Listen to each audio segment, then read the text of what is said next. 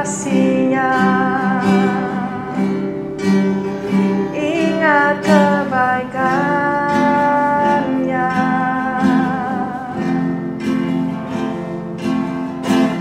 dan anugerah-Nya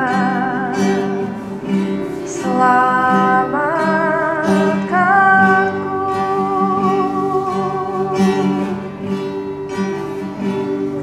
Sebab kasih-Nya setinggi langit,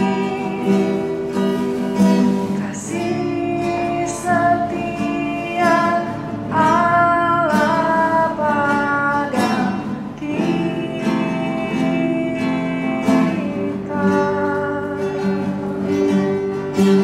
Besar kasih Allah pada kita.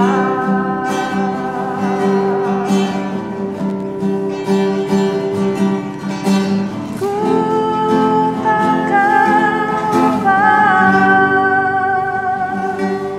kasih-Nya.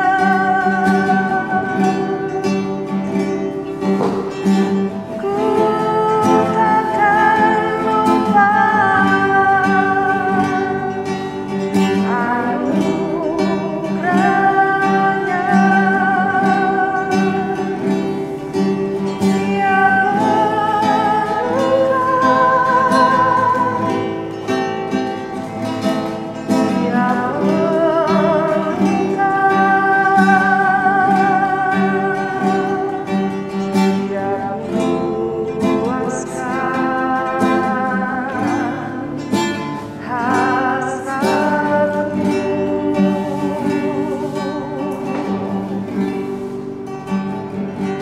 yang besar kasih Allah pada kita.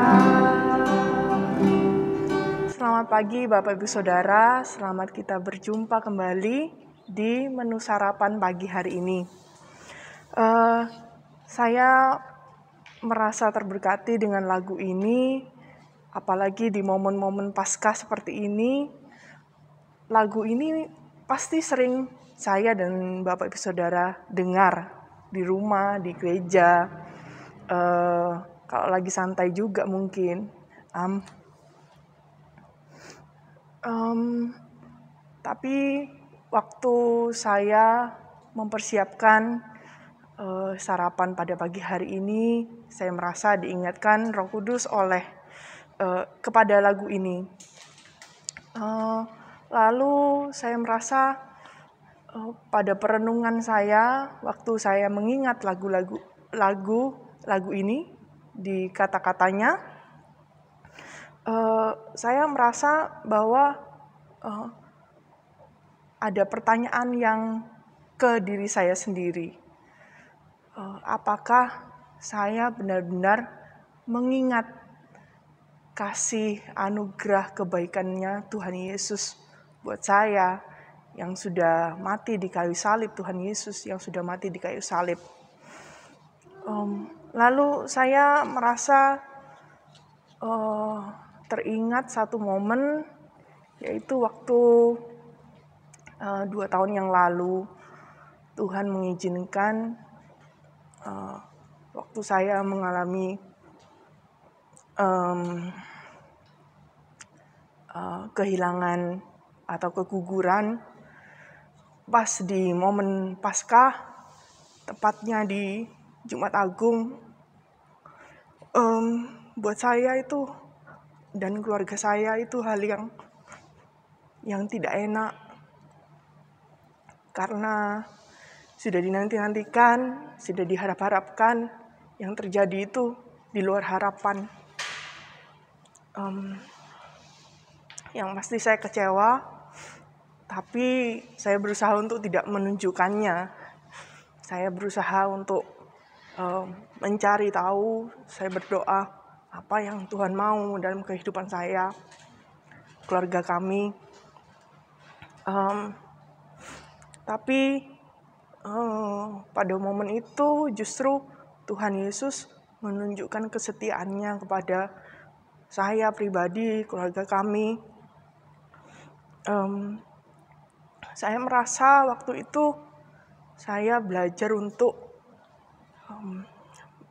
menerima kenyataan yang tidak sesuai dengan harapan saya.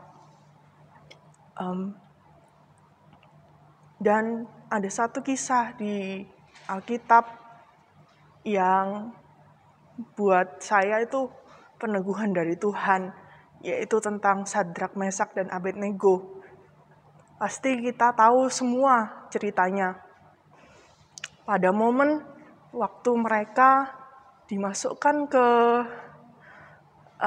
dalam perapian oleh Raja Nebukadnezar, perkataannya itu membuat saya menjadi kekuatan buat saya.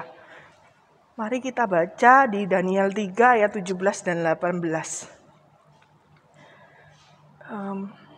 Jika Allah yang kami puja sanggup melepaskan kami, maka Ia akan melepaskan kami dari perapian yang menyala-nyala itu dan dari dalam tanganmu, ya Raja.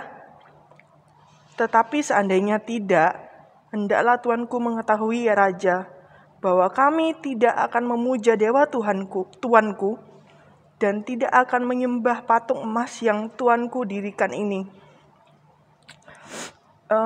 Ketika saya membaca dan saya ingat tentang kisah ini, saya merasa dengan kata lain, jika Tuhan tidak menjawab doa sesuai dengan keinginanku, tetap Tuhan Yesus itu baik.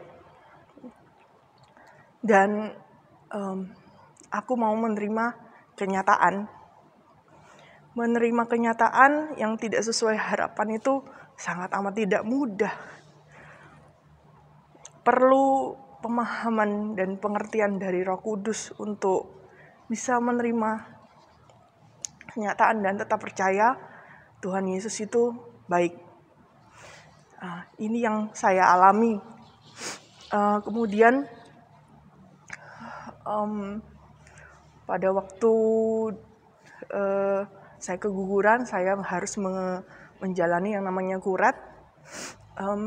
Saya merasa Tuhan Yesus itu baik, dan saya mengalami benar-benar penyertaannya Tuhan Yesus, keajaibannya Tuhan Yesus pada waktu selesai proses kuretnya, selesai dioperasi.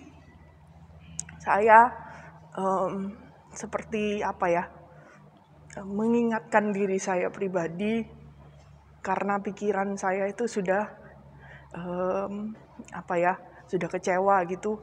Tapi saya bersyukur karena doa dari saudara-saudara sekalian yang bisa menguatkan saya, dan Roh Kudus yang menolong saya, menguatkan saya, untuk saya terus mengucapkan, terus mengingat bahwa meskipun ini bukan kenyataan ini tidak sesuai dengan harapan saya, tapi Tuhan Yesus tetap baik.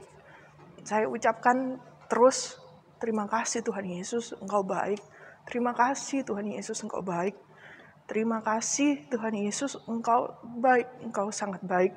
Terus itu terulang-ulang. Dan pada momen itu saya merasakan ada kedamaian, ada kekuatan, ada rasa menerima keadaan kenyataan. Ada juga rasa sudah aku tidak peduli apa katanya orang gitu. Dan juga ada rasa percaya bahwa Tuhan Yesus tetap baik meskipun keadaanku sedang tidak baik. Meski apa yang saya ucapkan itu sepertinya bertentangan dengan kenyataan yang ada, tapi justru di saat yang sama saya mengalami pengalaman pribadi dengan Tuhan Yesus. Dan satu ayat yang saya pegang di Yeremia 29 ayat yang ke-11. Sebab aku ini mengetahui rancangan-rancangan apa yang ada padaku mengenai kamu, demikianlah firman Tuhan, yaitu rancangan damai sejahtera dan bukan rancangan kecelakaan, untuk memberikan kepadamu hari depan yang penuh harapan. Ya, akhirnya setelah saya mengalami kuret itu, dan Tuhan Yesus yang setia, sama seperti ayat firman Tuhan ini, Tuhan akan memberikan hari depan yang penuh harapan. Setelah 2 bulan kuret, puji Tuhan, Tuhan mengaruniakan lagi saya bisa hamil dan bisa melahirkan di bulan April tahun lalu, tahun 2021. Dan bukan juga karena saya memilih tanggal atau nepak no gitu ya Bapak Ibu Saudara. Tapi karena keajaibannya Tuhan, salah satu peneguhannya Tuhan, saya akhirnya melahirkan pas di hari Paskah. Juga terima kasih banyak untuk Bapak Ibu Gembala dan semua sidang jemaat yang membantu saya di dalam doa, mendukung saya di dalam doa.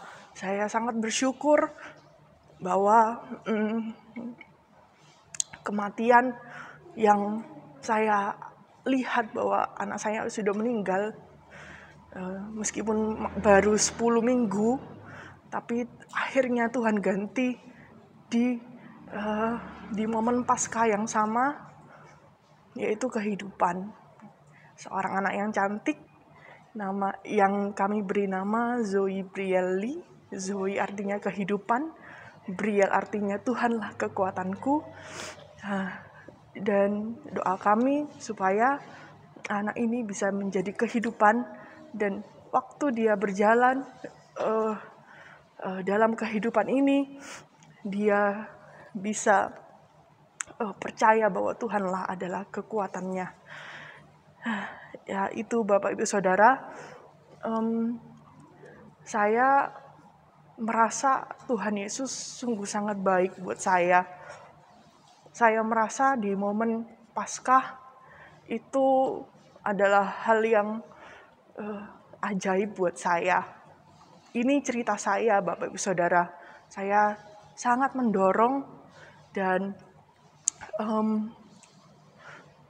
mengajak Bapak Ibu Saudara untuk berdoa kepada Tuhan, untuk meminta, sama seperti pesannya Bapak Gembala waktu Natal, waktu Paskah juga. Kita minta makna apa, makna Paskah apa yang Tuhan mau berikan buat kita sendiri. Bukan hanya sebatas ya datang ibadah Jumat Agung dan hari Paskah, tapi benar-benar mengalami. Saya sudah mengalami Bapak Ibu Saudara, dan biarlah sama seperti yang Ayub katakan, bukan hanya dari orang lain saja aku mendengar, tetapi aku sendiri yang mengalami. Itu bisa menjadi bagian dari hidup Bapak Ibu Saudara. Sekian renungan yang bisa saya sampaikan. Tuhan Yesus memberkati.